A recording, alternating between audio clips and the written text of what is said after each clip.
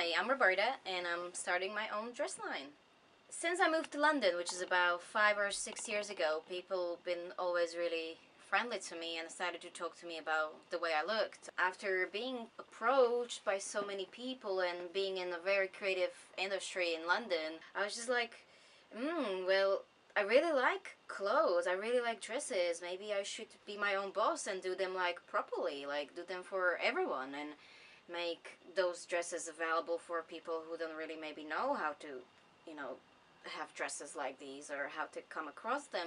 I've been always making my own stuff. I mean, I'm not the best seamstress, I'm not the best tailor, but I have really good ideas of how to put things together, how to do fabric layering and sourcing. And if there is something I can't really do, I always try to embellish something with like a felt appliques or buttons or, interesting ribbons and stuff.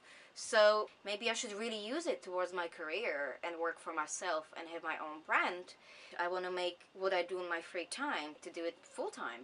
So have my own designs, my own dresses to sell online, and one day maybe in the store, and have my dresses stocked in different states and places where people can go and get it. Because that's what I'm very passionate about, to be surrounded by dresses and getting them delivered to people, especially to the people who ask for them, because I really want to make things happen. And if you don't ask, you don't get. If you don't go, you don't get. So you have to go and you have to push yourself.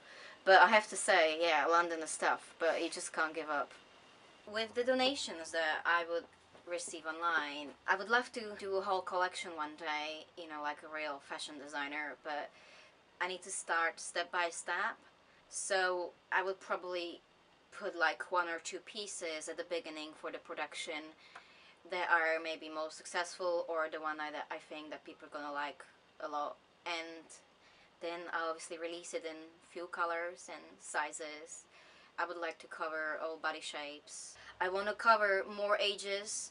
I want to cover a lot of older women in my editorials, transgender people, non-binary, and drag queens, my favorite. But I would really be grateful if I could collect some money and work towards it, and when the factory sends me the bill, I can pay it off. I might have to get a storage because living spaces in London are really small and tiny, and you can't really stock your stuff anywhere. So I will need to get a proper storage room where am I going to put all these dresses, because if the delivery comes, I need to put it somewhere. And also, obviously, everything is created and kind of made here in my room, in my space. I call it the boudoir. That's when everything happens. Wish I could have my own studio one day, but that's where it is. When you go to kindergarten, you're like a little, your mom gives you everything what you own is like signed with your name, or it has a little label with your name. I started to labeling all my dresses, even the vintage ones, but mainly the ones that I design. I also like the idea of like giving these dresses some interesting names. I like them to be named after some very inspiring women. For example, the one I'm wearing right now, I got inspired by the colorway, which is like a light romantic pink and red. I've had this Child Olympia handbag for a very long time. It's called the Pandora clutch, but it's got like it's pink. It's got the red, and it just really pops out the color. So, and I really like this detail, and I'm like, maybe I should put it on a waist. So the dress I'm wearing right now, I decided to dedicate it to Child Olympia, who is my favorite accessory designer, and I know I will never be making shoes or handbags or designing them. So I just transported this handbag into the, a dress. I have another piece here. It's like it's a two-tone piece. I think the mustard and the black is really complementing, and it's like a little fun thing. I added a pocket in the shape of a purse. You can open, it's very novelty kind of thing. It's a real purse, a real leather purse, but you can take it off when you're gonna put it in a washing machine.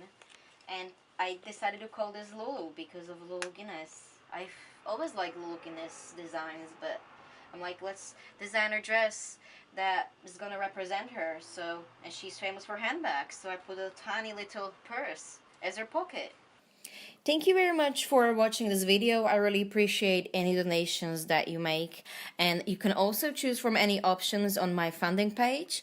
The dress is actually going to be available to buy from 1st to 2nd week of August, and I'm going to be updating you until then. Thank you.